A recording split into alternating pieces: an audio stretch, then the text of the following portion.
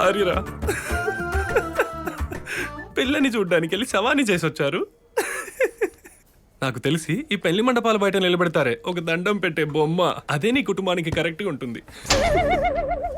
రేయ్, ఏంట్రా నీ కుటుంబంలో కింగ్ కాంగ్ లాంటి చింపాంజీ ఒకటి క్రాస్ అయింది. ఆడు మా పెద్దకే కొడుకురా. నాకు పెళ్లి కావాలని వాడు నానా మొక్కులు మొక్కుతున్నాడు.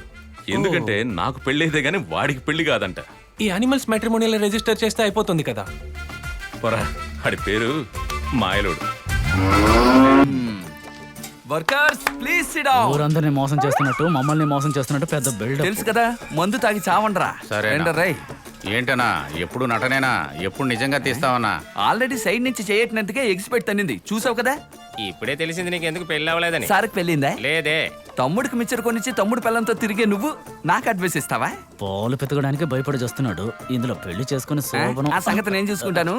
గేదెకి ఇంజెక్షన్ అయ్యమన్నా నేసావా? లేదయ్యా. ఎందుకైలా? సూది విరిగిపోయింది. రే నీ కాదు, గేదెకి అయ్యమన్నాను. కరోడా ఎద్దుకు స్నానం చేయించమన్నాను, చేయించావా? లేదన్నా, ఇంకా లేదనా. ఏ నీళ్ళే రాలేదన్నా. ఉదయాన్నే చెరువుడి దగ్గర ఏ ఎద్దుకు స్నానం చేయించావరా? అది నేనేనన్నా. దున్నపోతులా ఉండి నువ్వు స్నానం చేస్తున్నావు. ఆ ఆవులు స్నానం చేయించచ్చుగా. అది సరిపోదంటూ వాటికి పెట్టే గుగ్గిళ్ళు తౌడు నువ్వు తినేసి దున్నపోతులా తయారై. అన్నా, ఏంట్రా? మీ ఇంట్లో పెళ్లి చూపులకి వెళ్ళారు, మీరు వెళ్ళలేదా? ఎందుకు వెళ్ళలేదు? రేయ్, వాళ్ళు వారం వారం టౌన్ బస్సులో ఊరంతా తిరిగి వస్తారు, నేను వెళ్ళడం లేదు. అన్నా నువ్వు వెళ్ళకపోతే మీ నాన్న కోపడతాడు. రేయ్, వాడిని మాత్రం గుర్చెక్కు, బీపీ రైజ్ అయిపోతుంది. ఎందుకన్నా మీ నాన్న మీద ఎప్పుడు కోపంగానే ఉంటావు? నాన్నలా ఉన్నాడు వాడు, అరిటాకులో వేసిన అప్పడంలా ఉన్నాడు. ఏదో ఒక రోజు నల్లి నలిపినట్టు నలిపేస్తాను. ఎందుకు? ఆ? ఎందుకంటే చిన్నప్పటి నుంచి నన్ను పశువుల వైద్యుని చేస్తానని చెప్పి పశువుని చేశాడు రా నన్ను. పందులు మేపలేదని రేయ్, సంతోషించు. పందులు మేపేవాడంటే నీకు అంతాల్సా? పందులు మేపేవాడారా అమీర్ కల ధనవంతుడు. చూడ్డానికి లావుగా ఉన్న సమంతలా ఉంది. పాల బింది తీసుకుని ఎంత వయ్యారంగా వస్తుందో. రేయ్, ఎవరా తను? తను మన కొట్టంలో పనిచేసే అనసూయమ్మ మనవరాలు. పాలు భలే పితికుద్ది. అలా పితికిద్దా? అది నీకు చెల్లెలు లాంటిది. అది తను చెప్తుంది, నువ్వు దీనికి మిచ్చిరవ్వాలనుకుంటున్నావా? చెంబే ఇంత పెద్దదిగా ఉందే. ఆ? ఏ నా గుండె జారిపోతుంది. పాలు నేల పాలైనా చొమ్ము సొట్టపాడలే. అయితే మా వాళ్ళు వెళ్ళిన పని కూడా బెడ్స్ కొట్టుండు. ఎవరి దిష్టి తగిలిందో ఏమిటో. ఏ పిల్లను చూడ్డానికి వెళ్ళినా ఏదో ఒక ఆటంకం వచ్చి ఆ సంబంధం తప్పిపోతోంది. మనసుకెంతో బాధగా ఉందిరా. దీనికి పోయి బాధపడతారమ్మా. నీకేమో నీ కొడుక్కి జాముని పెళ్లి చేయాలనే ఆశ, నాకు పెళ్లి చేసుకుని నీతో పాటే ఉండాలనే ఆశ. నాకు పుట్టిన పిల్లలందరూ నీ ఒడిలోనే పెరగాలని కోరుకుంటున్నాను. అవన్నీ జరుగుతాయి, నువ్వేం దిగులు పడకు. ఆ అమ్మాయి పేరేంటి? పేరు సౌందర్య. అదే కదా. పేరుకు తగ్గట్టే ఉంటుందిరా, మన పక్కూరే. రేపు నువ్వు హైదరాబాద్ వెళ్తున్నావు కదా, వెళ్లే ముందు ఒక్కసారి వెళ్ళి చూసొచ్చేద్దాం. తప్పకుండా చూసొద్దాం. ఈ ఇంటి అమ్మాయి అయినా మనకి సెట్ అవుతుందంటావా? లేదు, సెట్ అయిపోద్ది. ఏమండి, ఈవిడ మా అక్క, వీడు మా మేనల్లుడు. అందరూ పిల్లల్ని పేపర్లో రాసిస్తారు, తీరిక లోపల చదువుకోండి. ఏమయ్యా, అందరూ చెప్పులు బయట వదిలేసిరండి. హే, నిన్ను చూడ్డానికి ఊరంతా వచ్చిందే. పెట్టి పుట్టేవే నువ్వు. సరేనా ఈ పిల్ల సెట్ అయిపోద్ది. హే, ఆ అబ్బాయి సూపర్ గా ఉన్నాడే. ఆయన గెట్ డౌన్ స్మైలు ఇప్పుడే చూసానే. ఎక్కడ పనిచేస్తున్నారే?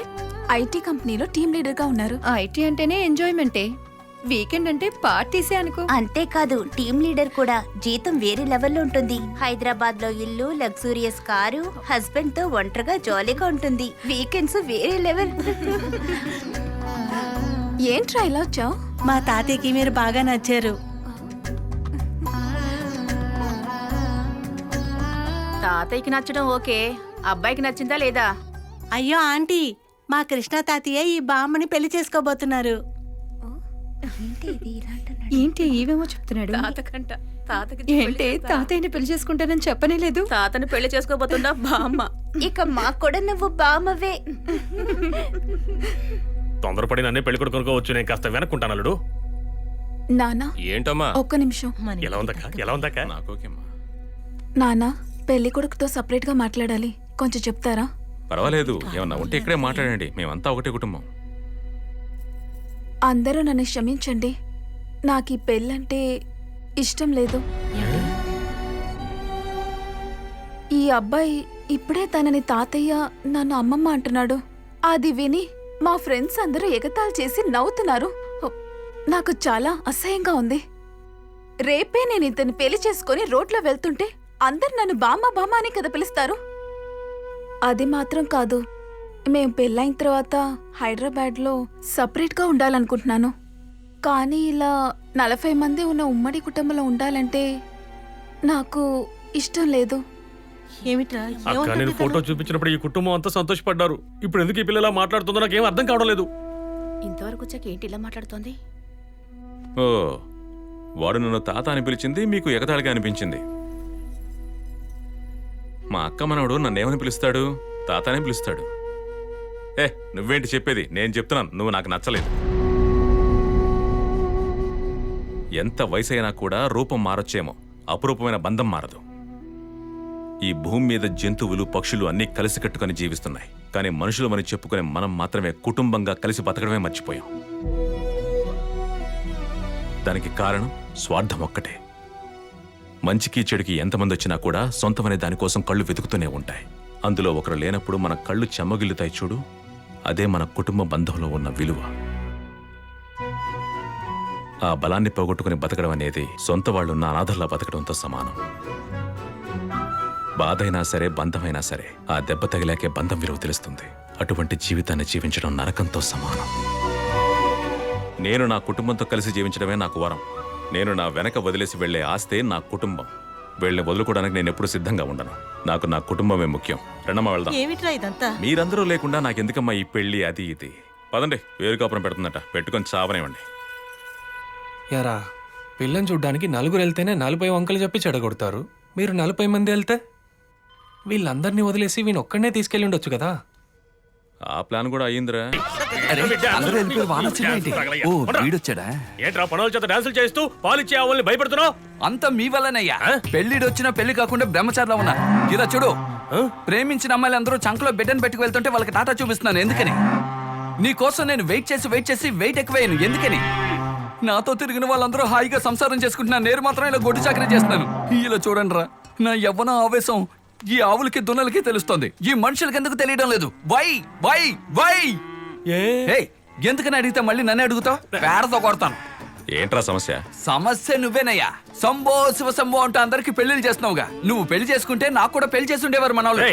3 ఏళ్లుగా అమ్మాయి కోసం ఊళ్ళని తిరిగి వెతుకుతున్నావు, ఒకటి చెట్టడం లేదు. అల్లుడు ఏం చేస్తాడు? ముందు నీ పళ్ళు రాలుగొట్టాలి. అన్నింటికీ కారణం నువ్వేనయ్యా. నేనేం చేశాను? నువ్వు ఏం చేయలేదుగా. నువ్వు చేసుకుని ఉంటే మేము పెళ్లిళ్ళు చేసుకుని ఉండేవాళ్ళంగా. అన్నిటికీ టైం రావాలి కదరా. నీ టైం అయిపోయింది. ఇక నేను చెప్పినట్టు నువ్వేనా? ఏం చెప్తావ్? ఇలా చూడండి, ఇక పెళ్లి చూపులకు వెళ్తే కుటుంబం మొత్తం వెళ్ళకూడదు.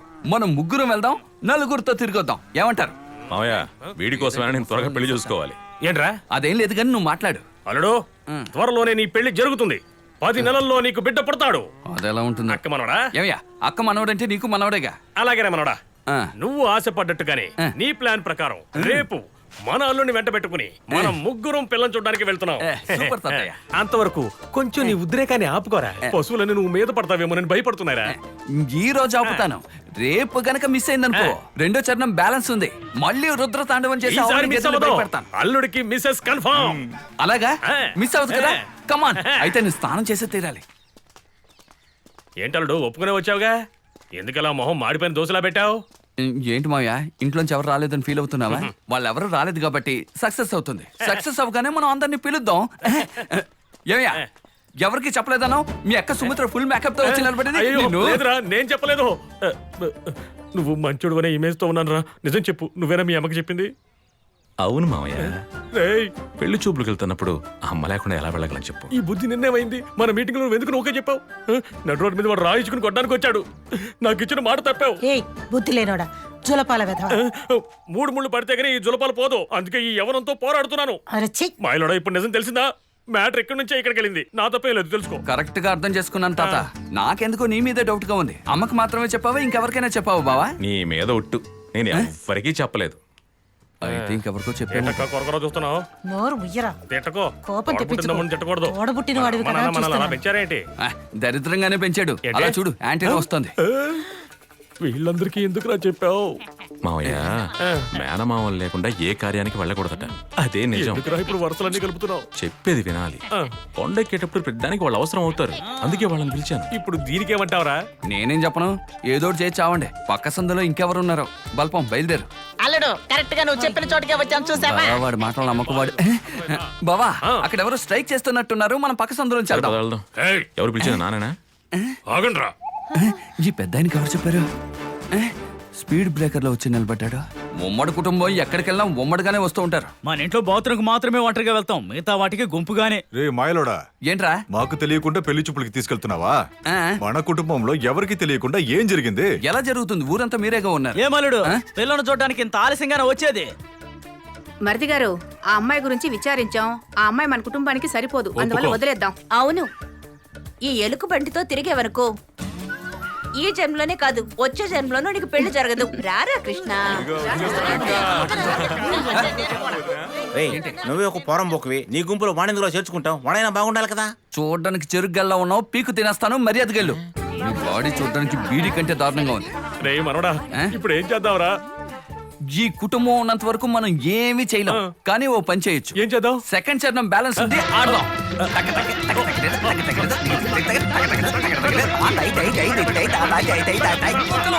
పరిగెత్తు,